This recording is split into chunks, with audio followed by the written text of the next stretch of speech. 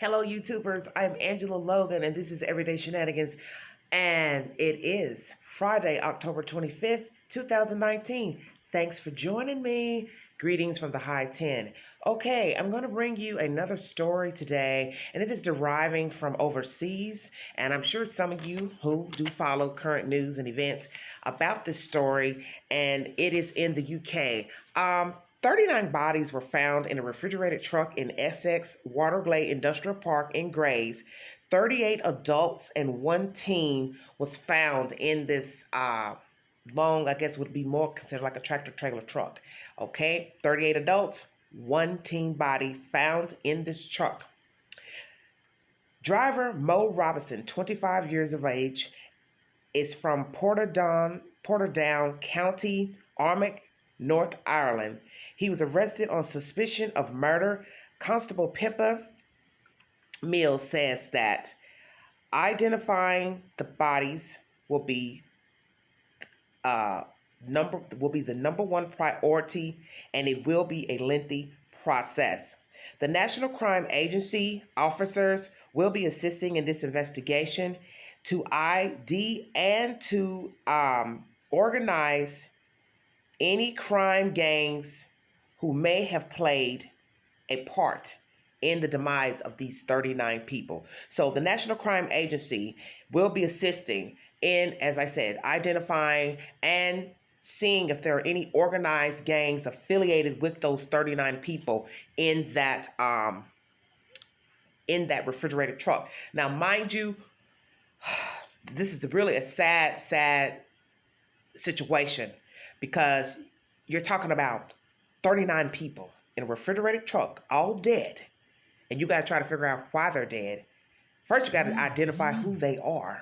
You know, who are these people? How did they get in this truck? Where were they going? I read an article the other day that the truck was deriving out of Bulgaria. So obviously that truck was coming in possibly from Bulgaria, some location, into the UK, London, and why those people were in that truck, I do not know. They do not have any information as of yet. I definitely will give you an update on this situation, because this is, to me, a very heinous situation. Now, I don't know if the refrigerated truck was on, as far as the temperature gauge. Was it on refrigeration? Did they freeze to death in the truck? Was the refrigeration turned off and too many people piled in the truck caused the people to asphyxiate? I don't know. Is this human trafficking? Were these migrant workers trying to go to a better place, to have a better way of life, a better existence?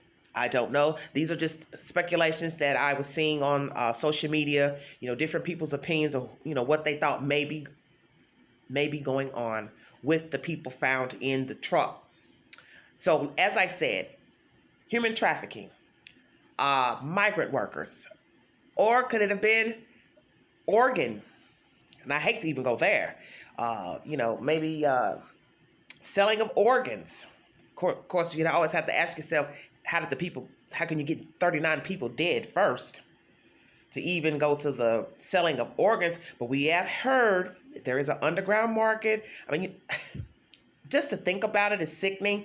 You have seen movies that depicted people doing that, but you never in your mind want to say that hospitals are in cahoots with black markets to knock you off while you're in the hospital and steal your organs and sell them.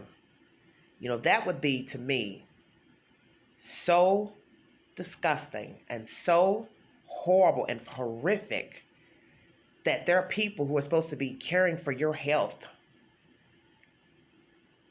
and they would do something to cause you to pass away in a hospital or some type of living facility. It could be whatever it is, nursing home, whatever. I don't know. And be in the black market of trying to dispose of your organs. You have healthy organs. That, to me, is sick. And I don't even want to think about that, because that is just so horrific, the thought itself. I really don't. And I pray that when they start investigating this story, I don't hear anything about any organ trafficking, because that would be just mind-blowing, and it would be really sad. So sad. But like I said, 39 bodies found in a tractor trailer, refrigerated truck, in London, and they are now in the process, of course, in identifying all those bodies, which, like the lady said, this is going to be a very lengthy and long process because you're talking about 39 people fingerprinting and doing an autopsy, then trying to locate next of kin. Okay? That's a lot of people at one time just to go into, the coroner's office. You all don't really, that's just something to think about. You think about big cities naturally have more crime than smaller places, smaller towns. And the coroner has a job. I empathize with places like Chicago, LA, you know what I mean? Miami, where you have high crime and you got all these people coming in deceased and you're having to do the autopsy and then write what the matter of death is. And then, like you say, fingerprinting and locating next to kin just in case, they didn't have any type of identification on them. That's horrific. And that's a hell of a job, a hell of a profession to have.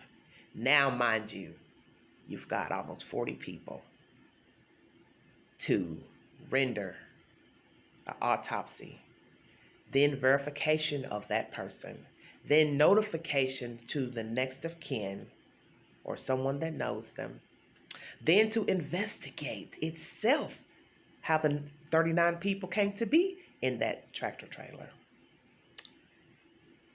This is so horrible. So horrible. I meant to bring you all this story days ago, but as I said, I've been trying to catch up on my rest and then bringing you, my other updates of a certain particular storyline.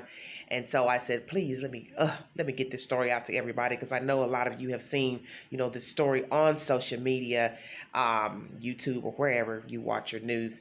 And this is horrible. I feel so terrible for these people who lost their lives, whatever reason got them to be in that refrigerated truck. Man, this is bad.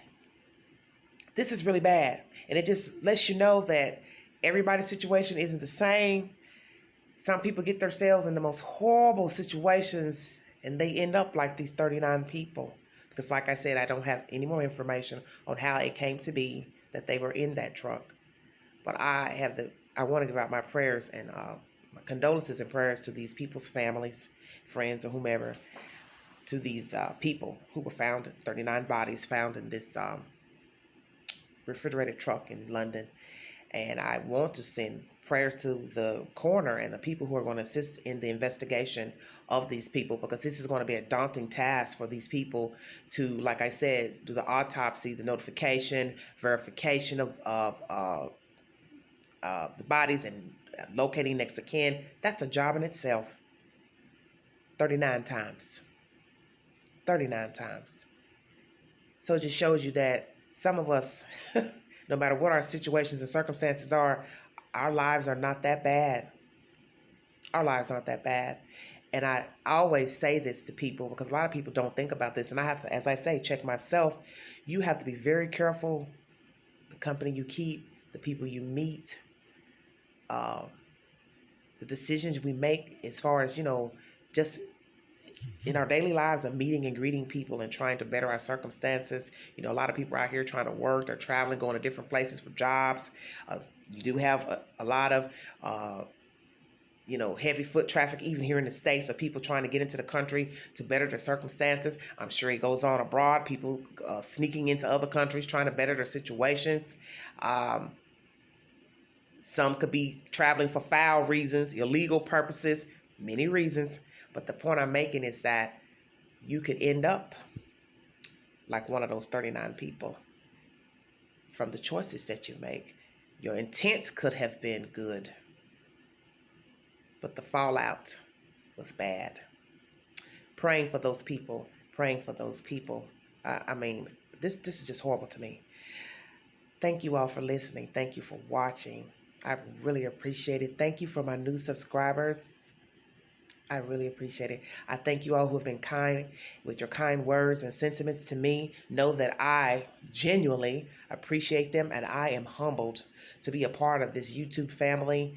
And I don't mind doing this this platform that has been set up, this opportunity that I have been given to bring you information. Because, like I said, I know a lot of you do not watch the nightly news.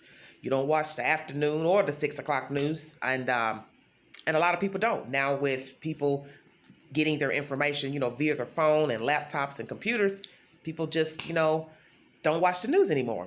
People don't read the newspaper anymore. And to each its own. But I always tell people you might want to stay in tune to the news, because you need to watch the news sometime so you can see what's going on in the world and get a better feel for a storyline, hearing it, via the news. But to each its own. Thanks a lot, and I will be back with another update on this tragedy deriving out of London, England. Prayers to these people and their families. Until the next time, I am checking out. God bless you all. Have a wonderful weekend. Please stay safe and be mindful of our children out there. Bye-bye.